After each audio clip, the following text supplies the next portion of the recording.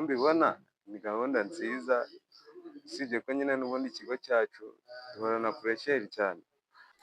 Murakoze. Mbere na mbere nitwa Mukamparirwa Marie Claudine, ni umuyobozi w'ishuri rya Ecole Secondaire AP Mugarama.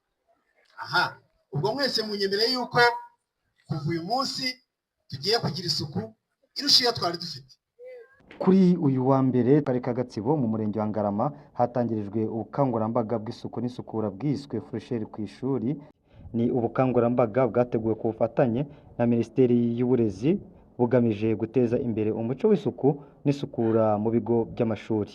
Ni ubukangurambaga kandi ku ikubitiro bwatangirijwe muri AP Ngarama, ikigo cy'amashuri giherereye mu murenge wa Ngarama ho mu karere ka Gatsibo. Bamwe mu banyeshuri bavuga ko bishimiye ubu bukangurambaga kandi bavuga ko bagiye kubushyira mu bikorwa barushaho kunoza isuku ku mubiri aho batuye ndetse n'ahandi. Tugiye gushyiramo imbaraga kuko ntago uko twabibonaga ntago byari bihagije, ariko nyine baduhaye ubukangurambaga, hari ibyo dukwiriye kongeramo muri rusange. Imbogamizi twagiraga ni nko kutagira ubukangurambaga kuko nyine ntago ari buri gihe, hari n'ibyo batubwiraga ariko nyine hari n'ibindi byasigaraga batatubwiye, ubwo ngubwo ariko turabyumvisha ibyari byasigaye. Buri gitondo ndabanza nkoga, kandi ku ishuri tukaza tukabanza tugakangurirwa imbaga, abandi bakaba babasha kwitegura kandi bakaba bafite isuku mu ishuri. Mbere ntabwo badukanguriraga gukora isuku cyane kuko batubwiraga ngo dukore amasuku, bamwe bakitahira kandi bagatoroka.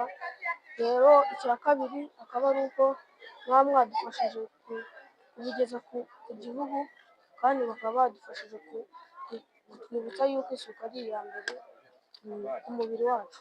Amasomo arangira saa 10:15, tugataha saa 11. Ubwo rero iyo suku mu minota 10 isigaye niyo dukoramo isuku, hanyuma rero iyo suku dukoze mu gitondo, bwacya mu gitondo tukagaruka n'ubundi isuku twaraye tuyikoze imeze neza nta kibazo. Nitwa Isayi Dusengumuremyi, abantu umunyeshuri hano kuri ASPESI AP Ngarama. Ngewe rero ndubatse, ntabwo nkiri mu myaka mitoya, ngeze mu myaka 42. Natangiriye mu mwaka wa 2, ubu tuvugana ni mu mwaka wa 6 indimi n'ubuvanganzo. Yatuguye neza cyane, dusanzwe dukora isuku, ariko nanone tugiye gukora iyo bwabaga kugira ngo urugero twari turiho rw'isuku turuzamure kugira ngo dukomeze twimakaze isuku, kuko twamaze kumenya ko isuku ari isoko y'ubuzima. Hanyuma ibikoresho byacu tubisukure, ishuri twigamo tubisukure, hanyuma tunabifata neza kugira ngo n'abarumuna bacu bazaza kwiga mu myaka iri imbere bazasange ibikoresho bifashwe neza, babona ahantu bigira kandi hafite n'isuku. Ubwo twiga dutaha rero ntibitubuza kugira isuku, turiyoranja ibintu byose bikagenda neza. Nubwo abanyeshuri bavuga ko bagiye kurushaho kunoza isuku n'isukura mu bigo by'amashuri aho biga ndetse n'aho bataha, bavuga ko hakiri imbogamizi z'amazi akiri make aho baba, kandi bavuga ko bibaviramo imbogamizi ikomeye ituma isuku itagerwaho nk'uko bikwiye.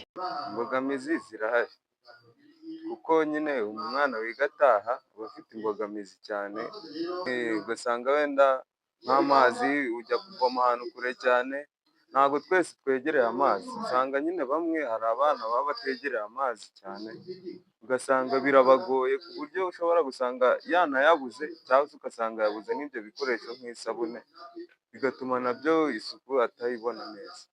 Ubuke bw'amazi, ubwo wenda navuga nk'abantu batuye hejuru nko ku misozi bategereye amazi cyane, abo rero usanga ari imbogamizi cyane.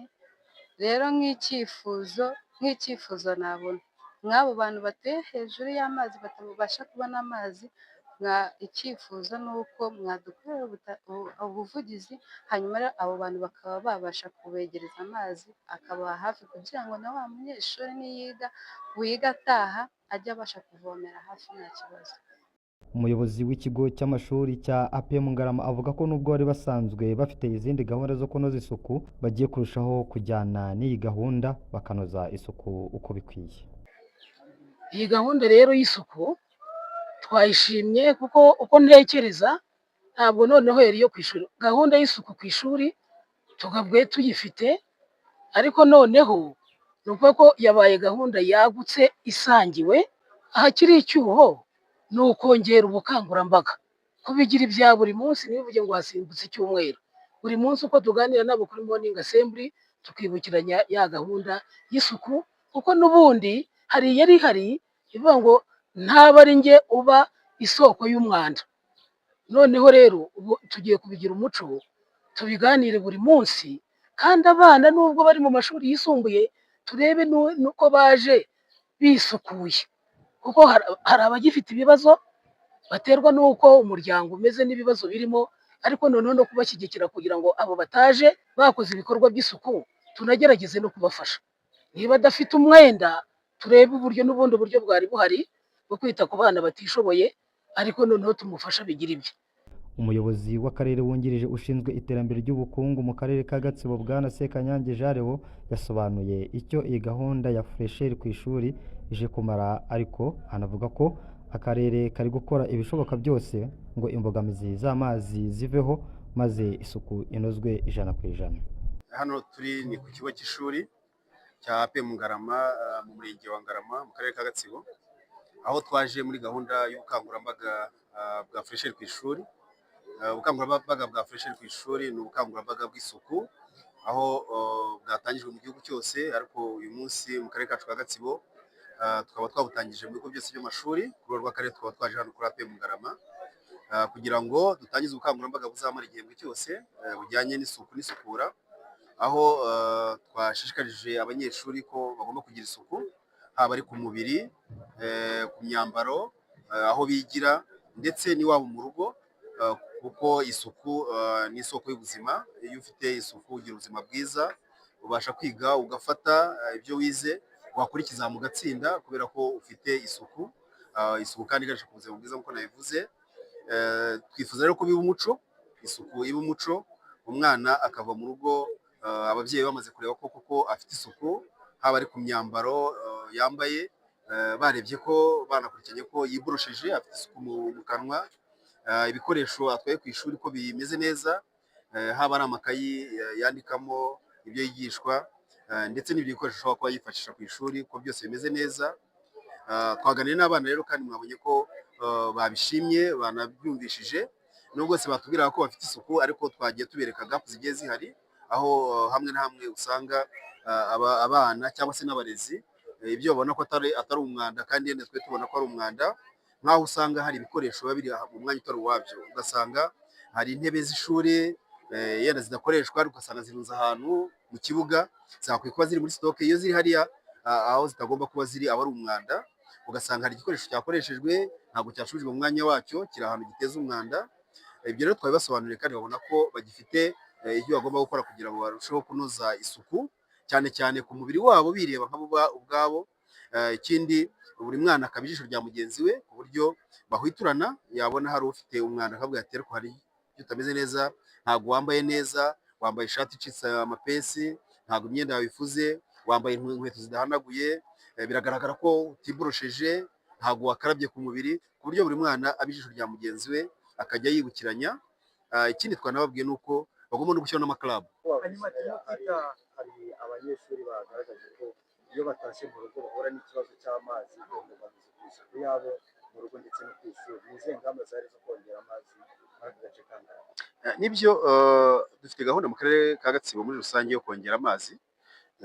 Ntabwo twari ahantu heza mu bijyanye n'amazi mu baturage bacu, aho twari turi kugereranya kigeze kuri 70, hejuru ya 70%. Ubu twaba dufite imishinga igiye kongera amazi ku buryo tugera ku 100%, ku buryo nta muturage ugomba gukora urugendo rurenze metero 400 ajya gushaka amazi. Ubwo ndavuga n'abatabashije kuyashyira mu ngo zabo, yanageraho ku ivomero nta muri minota 15. Umwana yashaka gufura imyenda ye akafite amazi yo gufurisha kandi meza, ndetse yashaka no gukora bakabona amazi ari hafi yiwe. Niyo mpamvu navuga ko mu ntego dufite nuko amazi aba hafi y'ingo aho abaturage batuye, ntihagire umuturage ukora urugendo rurerure ajya gushaka amazi, byibura metero 400 akaba yabonye ivomero aho ashobora kuvoma. Ubishatse agafata amazi akayashyira mu rugo ku buryo ayavomera mu rugo. Ni gahunda twihaye mu gihe cy'imyaka 2 iri imbere, ku buryo tuzaba twayigezeho, kuko iyo mishinga 2 nababwiye yose aba yararangiye, ku buryo amazi azaba ari hose. Ikindi mwari mubaje kijyanye n'uruhare rw'ababyeyi. Ababyeyi nyuma y'uyu munsi aho twatangije ubukangurambaga bwa Fresh ku ishuri, tugiye gukomereza mu babyeyi, mu nteko z'abaturage, aho duhurira n'ababyeyi nabo tubabwira kugira uruhare mu isuku n'isukura ku bana babo, kandi kugira ngo abana bagire isuku nuko bituruka no ku babyeyi, ari abari ku ishuri biga, ari n'abatiga barangije amasomo bagomba kuba bafite ishuri, abatarageza igihe cyo kwiga bagomba kuba bafite isuku. Niyo mpamvu rero ubukangurambaga bukomerezwa no mu nteko z'abaturage, aho tubwira abaturage ko bagomba gufasha abana babo kugira ngo ya suku dushaka ku ishuri babe banayikuye no mu rugo, bibe ari umuco, bigiye kuba ibyo isuku yo ku ishuri gusa, nagera mu rugo gusangiye yagize umwanda. Umurenge wa Ngarama ni umurenge uri gukora ibishoboka byose ngo urusheho kunoza isuku mu isantere by'umwihariko ya Ngarama, ariko iyi gahunda nayo ije kugira ngo uyu murenge urusheho kunoza isuku binyuze mu bigo by'amashuri. Samondagije, Hope TV Rwanda muri Gatsibo.